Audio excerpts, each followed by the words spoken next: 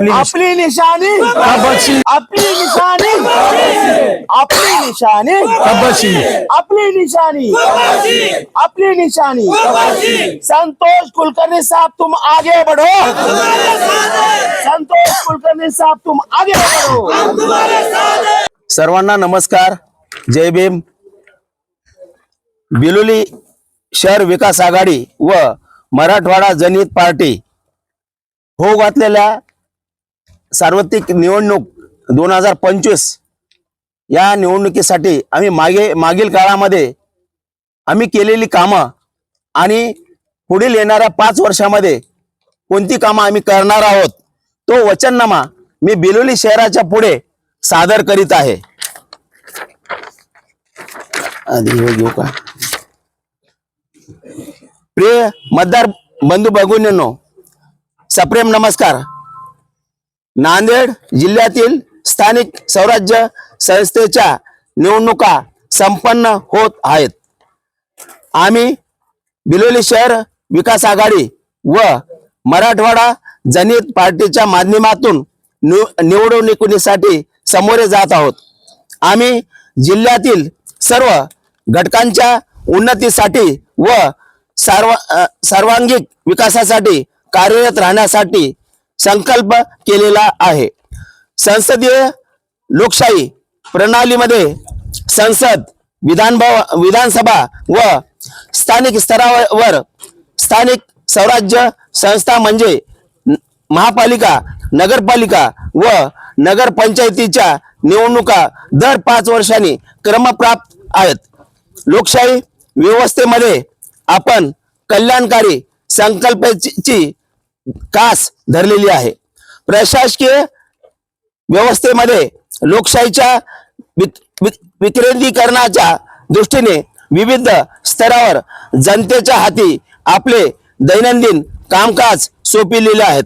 अशा परिस्थितीत कार्यकर्ता हा लोकाभिमुख, जनताभिमुख व विकासाच्या दृष्टीने असला पाहिजे। सदरचा कार्यकर्ता हा सामान्य व नेत्यामध्ये एक दुवा असतो। त्यामुळेच पक्षाच्या नेतृत्वासाठी व राजकीय पक्षासाठी कार्यकर्त्यांची साखळी निर्माण होणे आवश्यक आहे। नांदेड जिल्ह्यातील हो घातलेल्या नगर परिषद निवडणुकीमध्ये बिलोली शहर विकास आघाडी व मराठवाडा जनहित पार्टीचे सर्व उमेदवार निवडून येणे हे शहराच्या विकासासाठी आवश्यक आहे। शहराच्या विकासासाठी राज्यात व देश पातळीवर जे जे चांगले आहे ते शहरात झाले पाहिजे या मनीषेने शहरात अनेक विभागीय कार्यालय, आरोग्य संस्थे आणि पाणी पुरवठा व अनेक आधुनिक वास्तू आणि त्या सर्वांच्या माध्यमातून सामान्य माणसाच्या कल्याणासाठी आम्ही कार्यरत राहणार आहोत। राज्य व केंद्र शासनाच्या पातळीवरील प्रलंबित विकास कामे व प्रस्तावाच्या मान्यतेसाठी मी सदैव पाठपुरावा करेन। जिल्ह्यातील हो घातलेल्या नगर परिषद निवडणुकीत बिलोली शहर विकास आघाडी व मराठवाडा जनहित पार्टी या पक्षाला प्रचंड मताने निवडून देण्याची मी नम्रपूर्वक आवाहन करीत असताना आपल्या शहराचा सर्व प्रकारच्या सोयी सुविधा, प्राथमिक गरजा व सर्व सामान्य जनतेला व्यापार उद्यमाच्या दृष्टीने व मी माझे सर्व कार्यकर्ते अहोरात्र मेहनतीने आपण आमच्या पुढे व माझ्यावर आजपर्यंत केलेला अपार प्रेमाच्या ऋणात कायम राहण्याचा संकल्प करतो। आपण माझ्यासह माझ्या सर्व नगरसेवकांना भरघोस मताने निवडून द्याल हीच अपेक्षा आपल्या पुढे ठेवतो। आपला संतोष लक्ष्मीकांत कुलकर्णी, माजी नगराध्यक्ष बिलोली। त्याचबरोबर आम्ही केलेले काम आज बिलोली शहरामध्ये अनेक वर्षापासून गेली 70 वर्षापासून बिलोली शहरामध्ये महामानव डॉक्टर बाबासाहेब आंबेडकरांच्या पुतळ्याची मागणी सतत सातत्यानं प्रत्येकाने केलेली होती, जनतेतून केलेली होती आणि प्रत्येक नेते मंडळींनी आश्वासनं दिली, अनेक ठिकाणी पाट्या लावल्या, भूमिपूजन सुद्धा करण्यात आलं, परंतु हा बहुमान करण्याचा योग फक्त आणि फक्त माझी ताई सौ मैथिलीताई संतोष कुलकर्णी व त्यांच्यासोबतची सर्व टीमला तो यश मिळालेला आहे. महामानव डॉक्टर बाबासाहेब आंबेडकरांचा पूर्ण कृती पुतळ्याची उभारणी केली. लोकशाहीर साहित्य सम्राट अण्णाभाऊ साठे यांच्या पुतळ्यासाठी नियोजित जागा उपलब्ध करून दिली. महर्षी वाल्मिकी जे की आमच्या बिलोली शहरामध्ये कोळी समाज अत्यंत खूप मोठ्या प्रमाणात आहे आणि गेली अनेक वर्षापासून महर्षी वाल्मिकीच्या पुतळ्यासाठी व मंदिरासाठी जागा मिळावी अनेकांनी प्रयत्न केले, पण त्याला यश मिळण्याचं काम फक्त आणि फक्त मैथिलीताईच्या नेतृत्वाखाली झालेलं आहे. महर्षी वाल्मिकीच्या पुतळ्यासाठी जागा दिली आणि 50x100 महर्षी वाल्मिकीचा पुतळा आणि डॉक्टर बाबासाहेब आंबेडकरांचा पुतळा. बिलोली शहरातील तरुणाकरिता सुसज्ज वाचनालय व अभ्यासिका केंद्र बनविण्यात आले. कृषी उत्पन्न बाजार समितीसाठी जागा उपलब्ध करून दिली. त्वरित बांधकामही करण्यात येणार आहे. 2 व्यापारी संकुल जवळपास 33 दुकानाची उभारणी करण्यात आली. नगर परिषद कार्यालयाची भव्य इमारत बांधण्यात आली. ईदगाहचे सुशोभीकरण व बांधकाम करण्यात आले.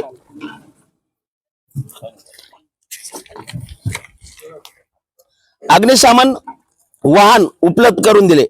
प्रत्येक प्रभागात रस्ते नालीचे सुविधा करण्यात आली, व्यवस्था करण्यात आली. बिलोलीतील जनतेला वेळोवेळी वैद्यकीय मदत केली.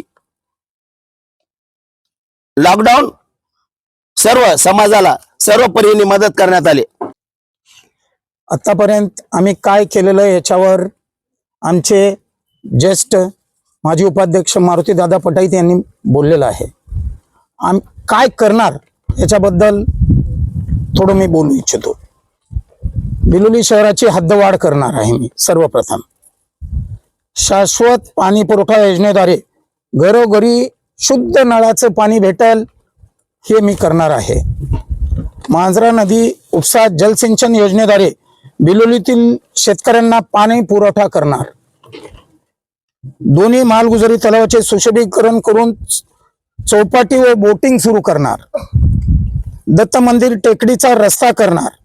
सांस्कृतिक सभागृहाची जागा उपलब्ध करून बांधकाम करणार.